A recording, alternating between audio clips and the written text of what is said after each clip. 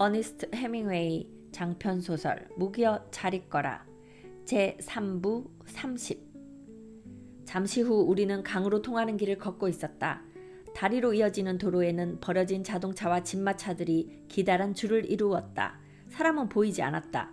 강물이 불어 있었고 다리는 중심부가 폭파되어 석조 아치가 물속으로 떨어진 채였다.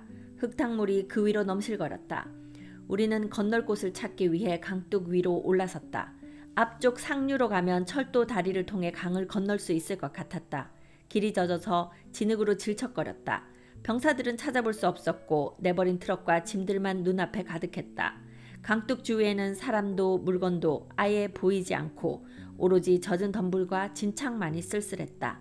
강둑을 따라 계속 올라가자 마침내 저 앞에 철도 다리가 나타났다. 아름다운 다리군, 아이모가 말했다. 평소에는 바싹 말라있는 강바닥 위에 세워진 기다랗고 평범한 철교였다. 저 다리를 폭파하기 전에 서둘러 건너는 것이 좋겠어. 나는 말했다. 폭파할 사람이 어디 있겠어요? 피아니가 대답했다. 모두 달아났는데요? 지뢰를 매설했을지 몰라. 중이님이 먼저 건너세요. 보넬로였다. 저 무정부주의자가 무슨 소리를 하는 거야? 아이모가 발끈했다. 그러는 저 친구더러 먼저 건너가라고 하세요. 아니야, 내가 먼저 건널게. 나는 말했다. 한 사람이 건넌다고 터질 정도는 아닐 거야. 보라고, 피아니가 말했다. 저게 바로 생각하는 게 머리가 있다는 거야. 자넨 어째서 머리가 없는 건가? 이 무정부주의자야? 내게 머리가 있다면 이런 데 오지도 않았을걸? 보넬로가 대꾸했다. 제법 그럴듯한 말인데요, 중이님? 아이모가 말했다. 정말 그럴듯하군. 나는 맞장구 쳐주었다. 우리는 이제 다리 가까이 다가섰다. 하늘에는 구름이 다시 깔리고 비도 조금씩 내리기 시작했다. 다리는 길고 견고해 보였다. 우리는 강둑 위로 기어 올라갔다. 한 번에 한 사람씩 건너지. 나는 그렇게 말하고 건너기 시작했다. 침묵과 레일을 관찰하면서 철사 덫이나 폭발물이 있는지 살폈지만 아무것도 없었다. 침묵 틈새로 저 아래쪽에 흙탕물이 빠르게 흘러가는 것이 보였다. 비 내리는 들판 앞쪽으로 역시 비에 잠긴 우디네가 보였다. 다리를 건넌 다음 나는 뒤를 돌아보았다. 강 상류 쪽에 또 다른 다리가 있었다. 지켜보는 동안 누런 진흙빛 차량이 그 다리를 건넜다. 잠시 보이던 그 자동차는 높은 난간 탓에 곧 시야에서 사라졌다. 하지만 운전병과 조수석에 탄 한 사람, 뒷좌석에 두 사람, 이렇게 4명의 머리를 분명히 보았다. 모두 독일군 철모를 쓰고 있었다. 다리를 건넌 차는 가로수와 귓가에 버려진 차량들을 지나쳐 사라졌다. 나는 철교를 건너는 아이모와 나머지 2 병사에게 빨리 오라고 손짓했다. 그런 다음 다시 아래로 기어내려가 철등 옆에 엎드렸다. 아이모가 나를 따라왔다. 차를 보았나? 내가 물었다. 아니요, 중이님을 지켜보느라. 독일군 참모차 한 대가 저기 상류 쪽 다리를 건너갔어. 참모차요? 그래. 맙소사. 다른 2명도 건너와 우리 모두 철뚝 뒤쪽 진창에 웅크리고서 철도 다리의 레일과 줄지어 늘어선 가로수, 도랑, 도로를 내다보았다. 그렇다면 우리는 낙오되고 고립된 걸까요, 중이님? 잘 모르겠어. 독일군 참모차가 저기를 갔다는 것, 그게 내가 아는 전부야. 이상한 기분 안 드세요, 중이님? 머릿속에 묘한 생각이 떠오르지 않으세요? 농담하지 마, 보넬로. 일단 한잔 하는 게 어떨까요? 피아니가 물었다. 고립되었다니 더욱더 한잔 하는 게 좋겠어요. 그는 수통마개를 풀어 빼냈다. 저것 봐, 저런! 아이모가 길 쪽을 가리켰다. 돌다리 난간을 따라 독일군 철모들이 움직이고 있었다. 그들은 몸을 앞으로 숙인 채 마치 유령처럼 미끄러지듯이 달렸다. 다리를 빠져나오자 그들의 전신이 드러났다. 자전거 부대였다. 나는 앞줄 2 병사의 얼굴을 보았다. 불그스레하고 건강한 낯빛이었다. 철모는 이마와 옆 얼굴까지 깊숙이 내려왔고 소총은 자전거 축에 묶여 있었다. 수류탄은 손잡이 부분을 아래로 돌려 벨트에 고정시켰다. 비에 젖은 철모와 회색 군복 차림으로 그들은 전면과 양쪽을 두루 살피면서 질서정연하게 자전거를 타고 갔다. 맨 앞에는 2, 그 다음엔 나란히 4, 또 2, 그 다음은 10여 명에 또 10여 명, 마지막으로 1명이 되었다. 모두 말이 없었다. 강물 소리 때문에 우리 귀에 들리지 않은 것일 수도 있었다. 그들은 길 위쪽으로 사라졌다. 하느님 맙소사, 아이모가 신음했다. 독일군이야? 피아니가 말했다. 오스트리아군이 아니라고. 왜 저들을 막는 사람이 없는 거지? 내가 말했다. 왜 아군은 저 다리를 폭파하지 않은 거지? 왜 이 강둑에 기관총을 설치하지 않았을까? 중위님이 명령을 내려주십시오, 보넬로가 말했다. 화가 치밀었다. 이런 빌어먹을, 온통 미친 짓이야. 강 아래쪽 작은 다리는 폭파하고 여기 간선도로의 큰 다리는 그냥 놔두고 모두들 어디로 간 거야? 적군을 막으려는 생각이 아예 없는 거야? 저희에게 명령을 내려주세요, 보넬로가 되풀이했다. 나는 입을 다물었다. 그런 건 내 소관이 아니었다. 내 임무는 석대의 앰뷸런스를 이끌고 포르데노네에 도착하는 것이었다. 하지만 실패했다. 지금 할 일은 어떻게 해서든 포르데노네로 가는 것이었다. 일이 잘못되면 그 앞에 있는 우디네까지도 어려울 수 있다. 제기랄, 못 가도 할 수 없지. 이제 할 일은 마음을 가라앉히고 사살당하거나 포로로 잡히지 않도록 하는 거야. 마개를 열어놓은 수통 없나? 피아니에게 묻자 그가 수통을 건넸다. 나는 한 모금 쭉 마셨다. 출발하는 게 좋겠군. 서두를 건 없어. 뭔가 좀 먹고 가지 않겠나? 여긴 지체할 곳이 못 됩니다, 보넬로가 대답했다. 좋아, 출발하지. 이쪽 길을 따라갈까요? 저들 눈에 안 보이게 말입니다.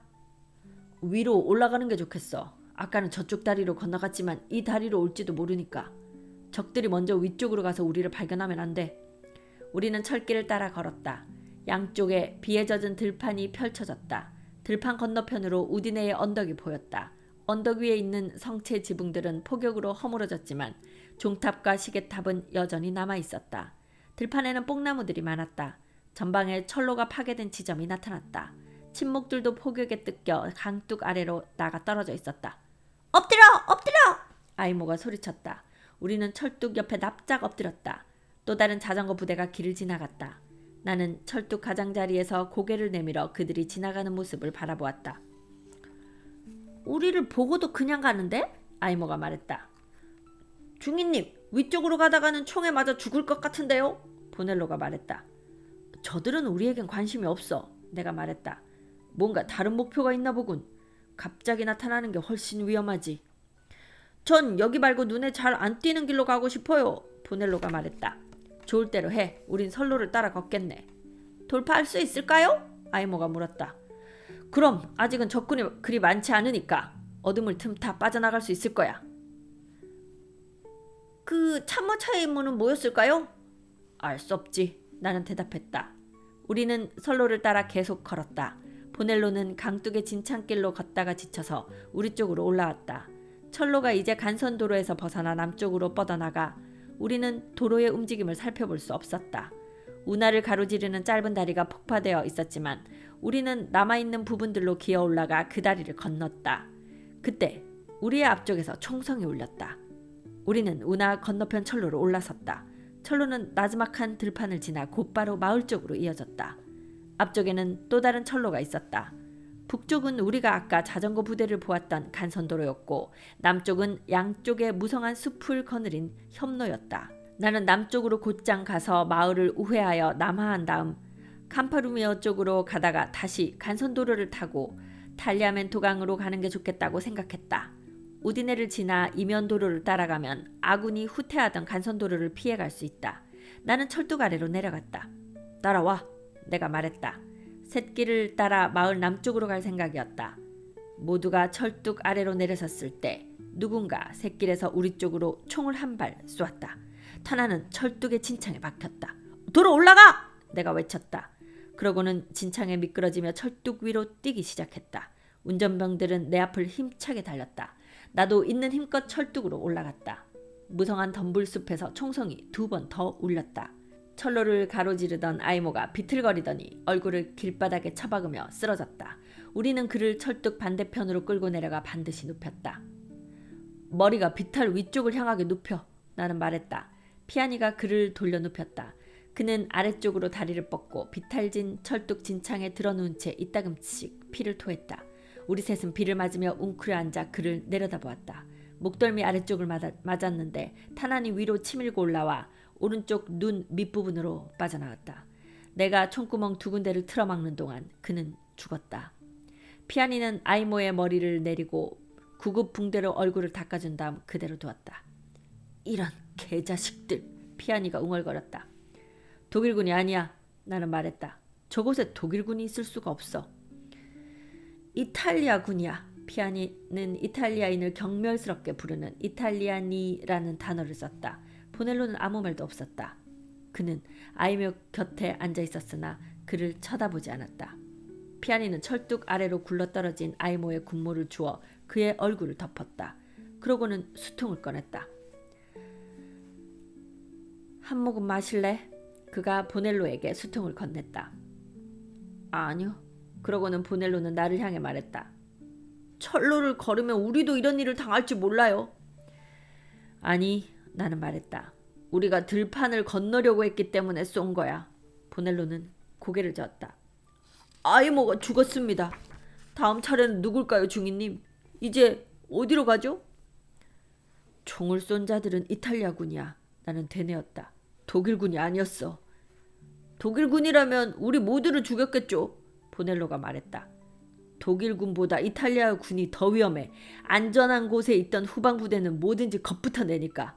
반면에 독일군은 자기들의 목표물을 잘 알고 그것에만 집중하거든. 그럴듯하군요. 보넬로는 말했다. 이제 어디로 가죠? 피아니가 물었다. 어두워질 때까지 어딘가에 숨어 있다가 가는 게 좋겠다. 남쪽으로 곧장 간다면 무사할 텐데. 아까 쏜 게 정당하다는 걸 증명하기 위해 저들은 또다시 총질을 할 거예요. 보넬로는 말했다. 나는 저들의 비위를 건드리지 않으렵니다. 가능한 우딘에 가까운 곳에 접근하여 거기서 잠시 숨어 있자. 그러다가 어두워지면 앞으로 나아가고. 그럼 가죠. 보넬로가 말했다. 우리는 철뚝 북쪽으로 내려갔다. 나는 뒤돌아보았다. 아이모는 철뚝과 직각으로 이루며 진창에 누워 있었다. 그는 퍽 작아 보였다. 두 팔은 겨드랑이에 붙이고 각반찬 다리와 진흙투성이 장화를 가지런히 모은 채 군모로 얼굴을 덮고 있었다. 누가 봐도 죽은 모습이었다. 비가 내리고 있었다. 나는 지금껏 여러 사람을 알아왔으나 그 누구 못지않게 그를 좋아했다. 그의 신분증명서가 내 호주머니에 있었다. 가족에게 편지를 보내야겠군. 들판 건너 앞쪽에 농가가 보였다. 주변에 나무들이 서 있고 뒤편에는 부석 건물들이 딸려 있었다. 2층에는 기둥을 세운 발코니가 있었다. 조금 떨어져 거리를 유지한 채 걷는 게 좋겠어. 내가 말했다. 내가 앞장서지. 나는 농가를 향해 걸어갔다. 마침 들판을 가로지르는 샛길이 나왔다. 들판을 걸어가면서 농가 주위의 숲이나 농가 안에서 누군가 우리에게 직접 사격할지도 모른다는 생각이 들었다. 나는 농가를 뚫어져라 쳐다보며 그곳으로 걸어갔다. 2층 발코니는 헛간으로 연결되었는데 발코니 기둥들 사이로 건초가 삐죽 나와 있었다. 안뜰에는 돌을 깔아놓았다. 농가를 둘러싼 나무들에서 빗방울이 떨어졌다.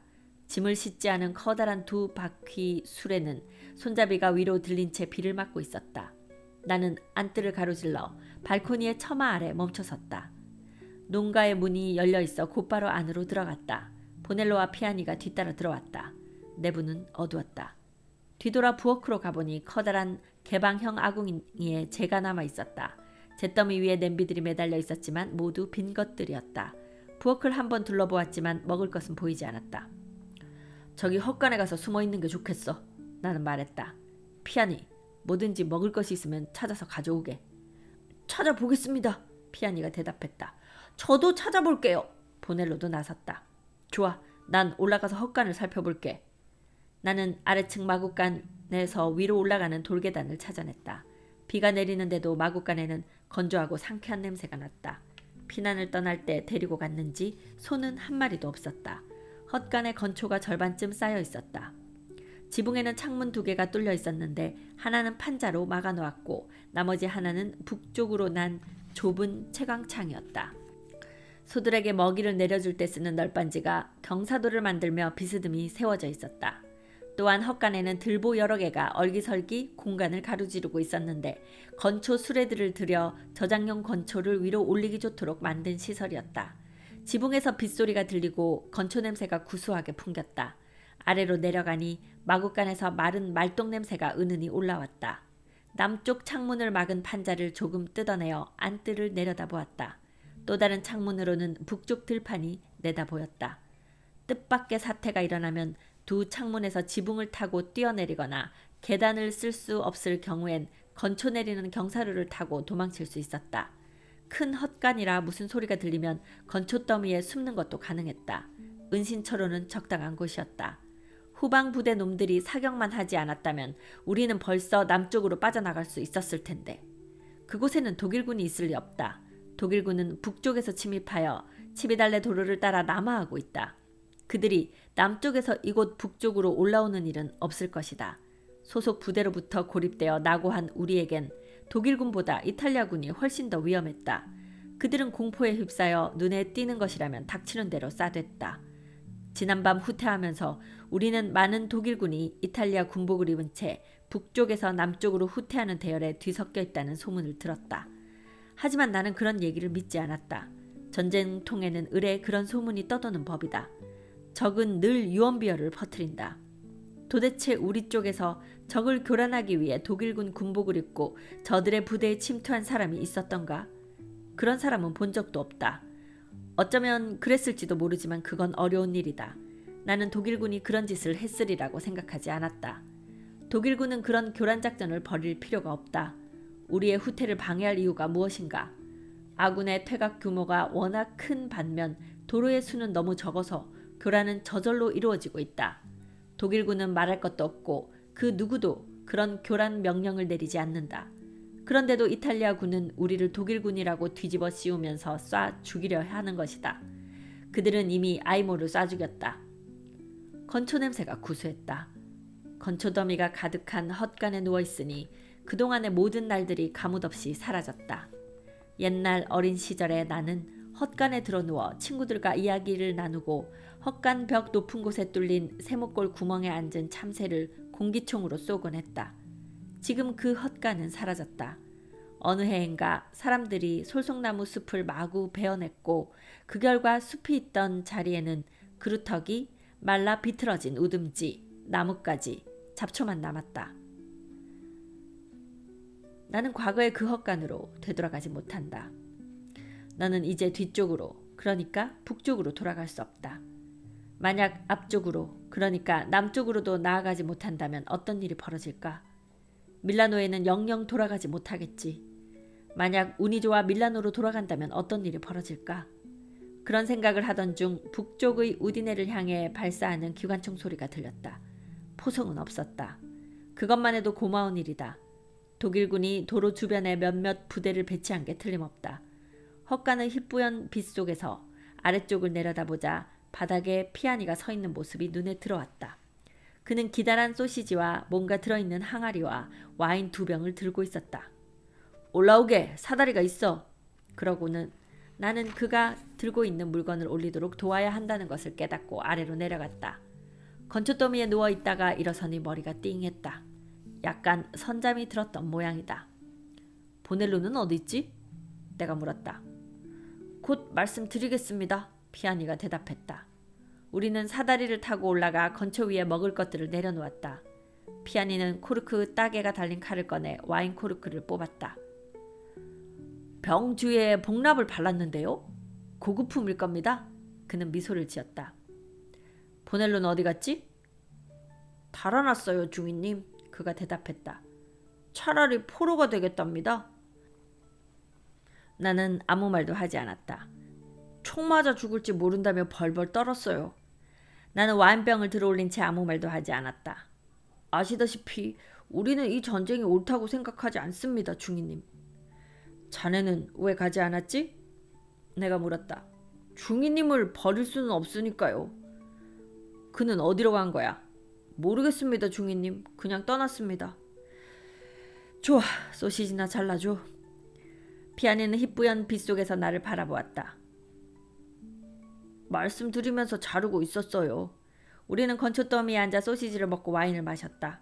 결혼식 때 쓰려고 아껴둔 와인임이 틀림없었다. 하지만 어찌나 오래됐는지 색이 변할 지경이었다. 자네는 이 창으로 밖을 내다보게. 나는 저쪽 창으로 감시할 테니까. 우리는 와인을 한 병씩 차지하고 마셨다. 나는 와인병을 들고 가서 건초더미에 주저앉아 좁은 창문을 통해 비에 젖은 시골 풍경을 내다보았다. 무슨 특별한 광경을 보리라고 기대하진 않았지만 황량한 들판, 앙상한 뽕나무, 계속 내리는 빗방울 밖에는 아무것도 없었다. 와인도 기분을 좋게 해주지는 못했다. 너무 오래 둔 탓에 술맛이 삭고 색깔과 풍미가 없어진 것이다. 나는 점점 어두워지는 바깥 풍경을 지켜보았다. 어둠은 곧 땅바닥까지 내려앉았다. 오늘은 비가 내려 칠흑같이 어두운 밤이 되리라. 곧 아주 캄캄해져서 더 이상 경계할 필요가 없게 되었을 때 나는 피아니 곁으로 갔다. 잠들어 있는 그를 깨우지 않고 곁에 한동안 앉아 있었다.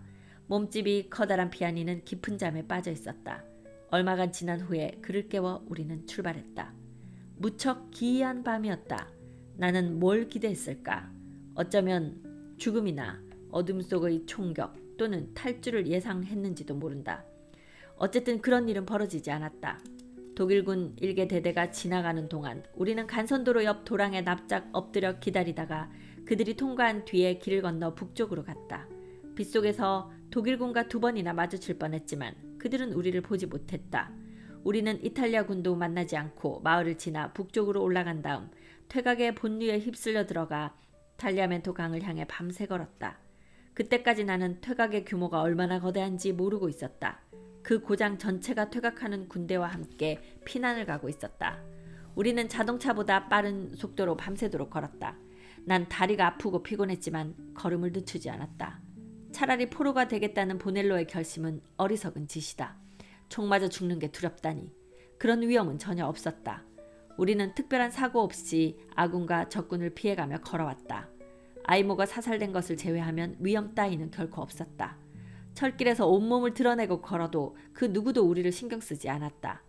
아이모의 죽음은 아무 까닭도 없이 갑자기 들이닥친 사고였다. 나는 보넬로가 어디에 있는지 궁금했다.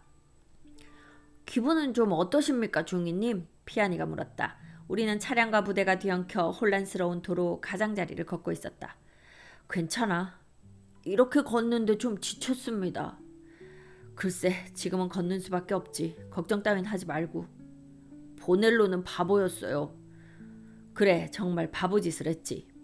그 녀석을 어떻게 하실 생각입니까, 중위님? 모르겠어. 아시겠지만 전쟁이 이렇게 계속된다면 당국은 그의 가족을 괴롭히겠죠? 전쟁을 계속해선 안 돼! 어떤 병사가 끼어들었다. 우리는 집으로 갈 거야. 전쟁은 끝났어. 자, 다들 집으로 가자고. 모두들 집으로 가는 거야. 빨리 앞서가시죠, 중위님. 피아니가 말했다. 그는 병사들을 빨리 지나치고 싶어 했다. 중위님! 누가 중위님이야? 장교들을 타도하라! 피아니가 내 팔을 붙잡았다. 이제부터는 이름으로 부르는 게 좋겠습니다. 놈들이 소동을 일으킬지도 몰라요. 저들은 이미 몇몇 장교를 쏴 죽였습니다. 우리는 걸음을 재촉하여 그들을 지나쳤다. 보고서를 작성하겠지만 그의 가족을 곤란하게 만드는 내용은 안 쓸 작정이야. 나는 아까 하던 이야기를 마저 끝냈다. 전쟁이 끝나면 아무 상관없을 겁니다. 하지만 끝날 것 같지 않아요. 전쟁이 끝나다니. 그런 건 너무 좋은 일이라 일어나지 않을 거예요. 곧 알게 될 테지. 나는 말했다. 끝나지 않을 것 같아요.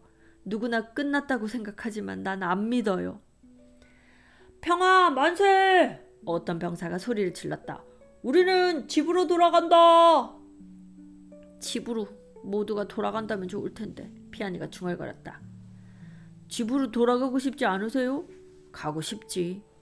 절대 못 돌아갈 겁니다. 전쟁은 끝난 게 아니에요. 집으로 돌아가자! 어떤 병사가 소리쳤다. 총을 던져버리는군요. 피아니가 말했다. 행군하면서 소총의 끈을 풀고 던지는데요. 그러고는 아우성 치는군요. 총은 가지고 있어야 할 텐데. 총을 버리면 전쟁터로 내몰지 않으리라 생각하나 봐요. 비 내리는 어둠 속에서 길을 따라가는 동안 나는 부대의 많은 병사들이 여전히 총을 가지고 있는 모습을 보았다. 소총들은 외투 밖으로 삐죽 나와 있었다. 어느 여단 소속인가? 한 장교가 큰 소리로 물었다. 평화의 여단! 누군가 소리쳤다. 장교는 아무런 대꾸도 하지 않았다. 뭐라고 했어? 장교가 뭐라고 했지? 장교 타도 평화 만세! 이리로 오세요. 피아니가 나를 불렀다. 우리는 차량들의 행렬 속에 버려진 2대의 영국 앰뷸런스를 지나쳤다. 고리치아에서 온 차들이군요. 저 차를 알아요. 우리보다 훨씬 멀리 왔군. 일찍 떠났을 거예요. 운전병들은 어디 있을까? 아마도 앞쪽에 있겠죠. 독일군이 우딘의 근교에서 정차했을 텐데. 지금 그 사람들은 모두 강을 건넜겠지? 그렇죠. 피아니는 대답했다. 그래서 전쟁은 계속되는 거예요. 독일군은 계속 진격할 수 있었어. 어째서 진군하지 않았는지 모르겠군. 글쎄요. 전 이런 종류의 전쟁에 대해서 아는 게 없어요. 수송 차량이 도착하기를 기다리는 중일 테지. 저 모르겠습니다. 피아니가 말했다. 혼자 있게 되자 그는 상당히 점잖아졌다. 다른 병사들과 어울릴 땐 입이 몹시 거칠었는데. 자넨 결혼했나? 제가 결혼했다는 걸 아시잖아요. 그래서 포로로 잡히고 싶지 않았던 거군. 그것도 이유가 되죠. 중이님은 결혼하셨나요? 아니, 보넬로도 미혼이에요. 결혼한 남자가 어떻다고 단정할 순 없지. 하지만 기혼자는 아내 곁으로 돌아가고 싶어하기 마련이야. 아내 얘기를 하니 기분이 좋아졌다. 그렇죠. 발은 어때? 꽤 쓰라린데요. 날이 밝기 전 우리는 탈리아멘토 강둑에 도착하여 물이 불어있는 강을 따라 다리 쪽으로 걸어갔다. 모든 사람들과 말들이 그리로 건너고 있었다. 이 강을 방어하면서 전선을 유지했어야 했는데, 피아니는 말했다. 어둠 속에서도 물이 많이 불어있는 것을 볼 수 있었다. 강물이 굽이치고 있었고 강폭은 넓었다. 나무 다리의 길이는 약 4분의 3마일쯤 되는 것 같았다. 평소라면 강물이 다리의 훨씬 아래쪽에서 널따란 자갈투성이 강바닥을 비좁게 흘렀을 텐데 지금은 판자 바닥 바로 아래에서 넘실거렸다. 우리는 강둑을 따라가서 다리를 건너는 빽빽한 군중 틈에 끼어들었다. 빗속에서 탕류 위로 불과 몇 피트 떨어진 곳을 천천히 걸으며 나는 바로 앞의 포병 탄약 상자를 따라갔다. 난간 너머로 강물을 내려다보았다. 제 걸음으로 걷지 못하고 궁중에 떠밀려 가느라 몹시 피곤했다. 다리를 건넌다는 즐거움도 없었다. 날이 밝고 비행기가 이 다리를 폭격한다면 어떻게 될까 걱정스러웠다. 피아니? 저 여기 있습니다, 중위님. 그는 혼잡한 인파의 약간 앞쪽에 끼어 있었다. 입을 여는 사람은 아무도 없었다. 모두 너나 할 것 없이 가능한 한 빨리 다리를 건너려 했다. 오로지 그 생각뿐이었다. 다리 끝에 거의 다다르고 있었다. 끝머리에는 장교 몇 명과 헌병이 양쪽에서 회중 전등을 비추며 서 있었다. 지평선을 배경으로 그들의 검은 윤곽이 보였다. 그들에게 다가가고 있는데 장교가 대열에 섞인 한 남자를 가리켰다. 헌병이 그에게 다가가더니 팔을 붙들고 연행했다. 그는 남자를 도로에서 끌어냈다. 우리는 거의 그들 맞은편까지 왔다. 장교들은 대열 속의 사람들을 샅샅이 살피고 가끔은 서로 뭐라 말하면서 앞으로 걸어나가 얼굴을 전등으로 비춰보기도 했다. 우리가 그들 바로 앞에 이르기 직전 그들이 다시 누군가를 끌어냈다. 나는 그 사람을 보았다. 중령이었다. 전등을 비출 때 소매의 네모 안에 들어있는 별이 보였다. 머리가 희끗하고 작은 키에 몸은 뚱뚱한 남자였다. 헌병은 그를 장교들이 서 있는 뒤쪽으로 데려갔다. 그들 앞에 다 왔을 때 한두 사람이 나를 빤히 쳐다보는 것이 느껴졌다. 그들 중 하나가 나를 가리키면서 헌병에게 뭐라고 말했다. 헌병은 대열의 가장자리를 헤치고 나를 향해 오더니 곧바로 내 멱살을 잡았다. 뭐하는 짓이야? 나는 주먹으로 그의 얼굴을 갈겼다. 모자를 쓴 그의 얼굴이 위로 들리고 콧수염이 말려 올라간 뺨에서 피가 흘렀다. 또 다른 헌병이 군중을 헤치며 우리를 향해 달려왔다.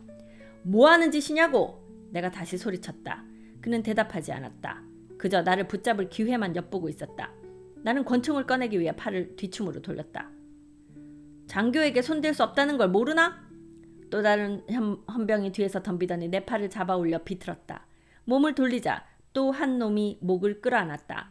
나는 발로 그의 정강이를 걷어차고 왼쪽 무릎으로 녀석의 사타구니를 내질렀다. 반항하면 쏴라! 누군가 명령하는 소리가 들렸다. 도대체 무슨 짓이야? 나는 고함치려 했지만 목소리가 크게 나오지 않았다. 그들은 이제 나를 길가로 끌고 나왔다. 반항하면 쏴도 좋아! 한 장교가 말했다. 뒤로 끌고 와! 너는 누구냐? 곧 알게 돼. 누구냐고! 야전 헌병이다. 또 다른 장교가 대답했다. 어째서 네가 직접 나보고 옆으로 나오라고 하지 않고 이 비행기 놈들을 시켜서 붙잡는 거지? 그들은 대답하지 않았다. 대답하지 않아도 되었다. 야전 헌병이기 때문이다. 다른 놈들과 함께 뒤로 끌고 가! 첫 번째 장교가 지시했다.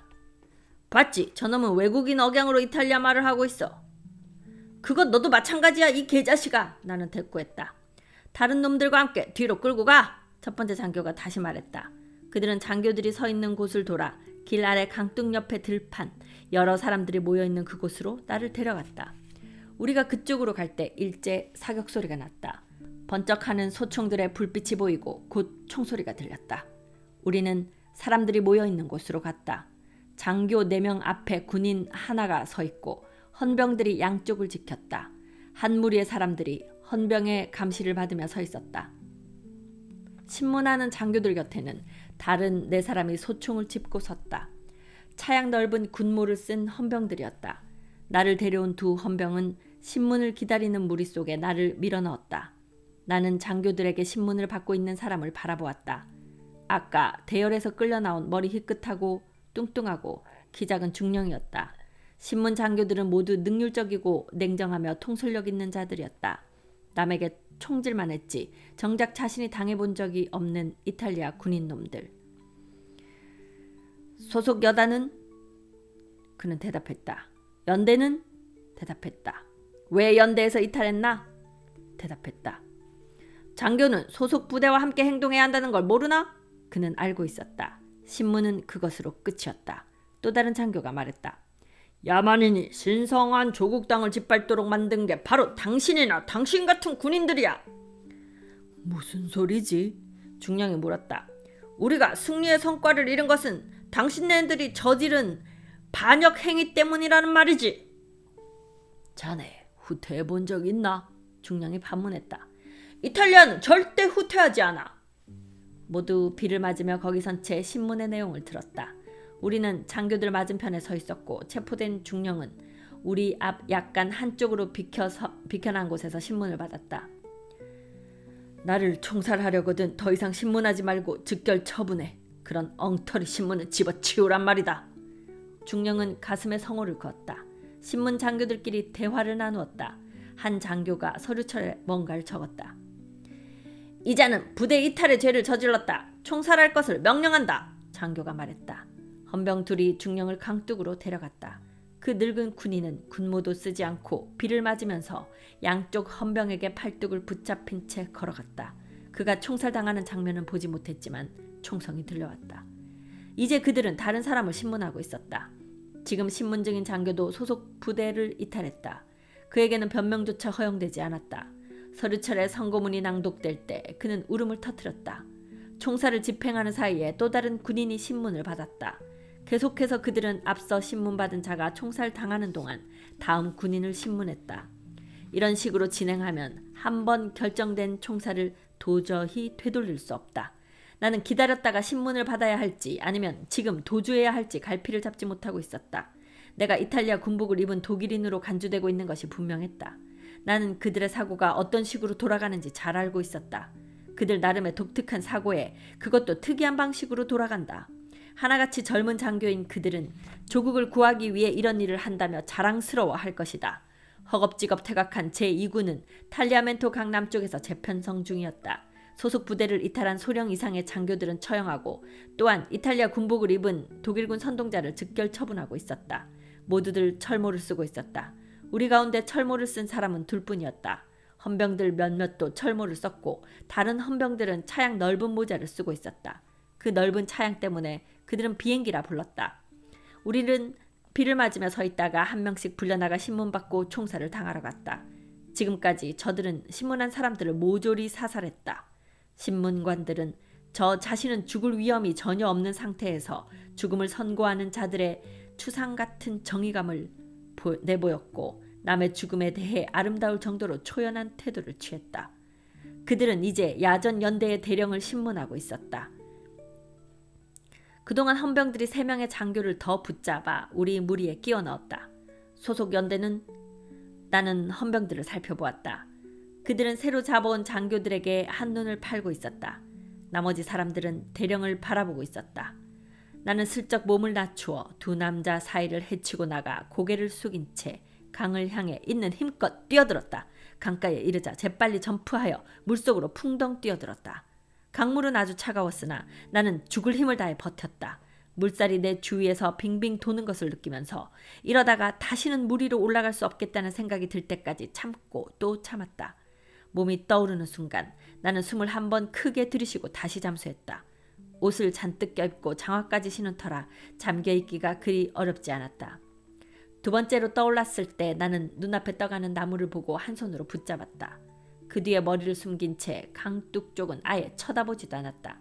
내가 뛰기 시작했을 때 그리고 처음 물 위로 솟구쳤을 때 총성이 있었다. 거의 물 위로 떠올랐을 때 그 소리가 들렸다. 이제 청소리는 더 이상 없었다. 나는 물결을 따라 흐르는 나무 토막을 한 손으로 꽉 붙잡고 있었다.